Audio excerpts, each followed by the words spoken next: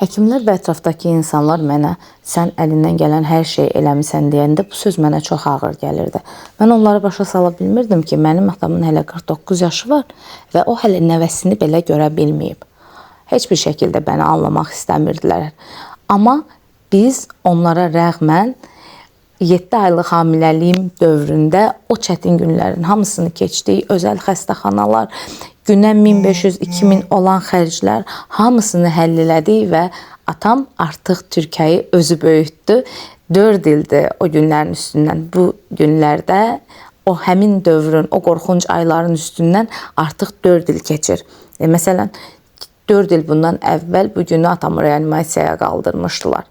Məsələ orasında deyil, məsələ orasındadır ki, atam bütün bunlara rəğmən həyatda qaldı.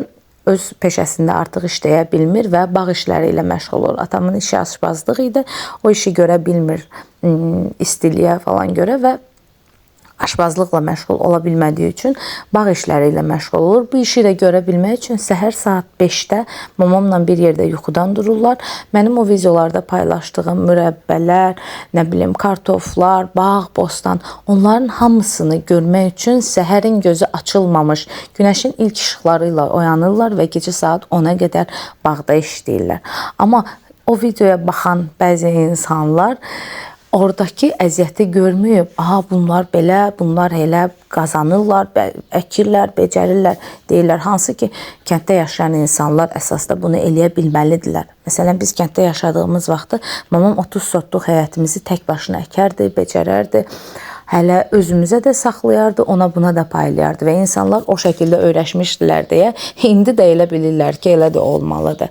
Əgər bir insan bir əziyyəti çəkib bəhrəsini görürsə, demək ki, sən də çəkib, sən də bəhrəsini görə bilərsən. Kiminsə qazancında, süfrəsində gözü qalmaq vallah dəxliyyətsiz bir şeydir. Çox ağla batan bir şey deyil. Mən bu videoları çəkirəm, çünki balaca bir qızım var, onu saxladığım üçün işləyə bilmirəm və əlavə necəsə bir gəlir qazanıb uşağımın gələcəyi üçün bir şeylər eləməliyəm. Əlimdən də bu iş gəlir. Yoldaşım və qardaşım səhərin gözü açılandan axşama qədər işdə olurlar ki, qardaşım ustadır. Bəzi gecələri evə belə gəlməyib, səhərə qədər işləyib, səhəri də təkrar bütün günü işləyə bilir. Yəni, burada gördüyünüz şeylərin heç biri asan əmələ gəlmir. Bəzi blogerlər kimi çoxdanın blogeri deyiləm, özümü tutum, reklamlarım falan olsun deyə bir şey yoxdur. Bacardığımız qədər, əlimizdən gəldiyi qədər hər şeyi öz zəhmətimizlə eləyirik və kimsə bunun paxıllığını çəkirsə, kimsə bunda gözü də qalırsa, o adam da bizim elədiklərimizi eləsə, o da eynisinə sahib ola bilər.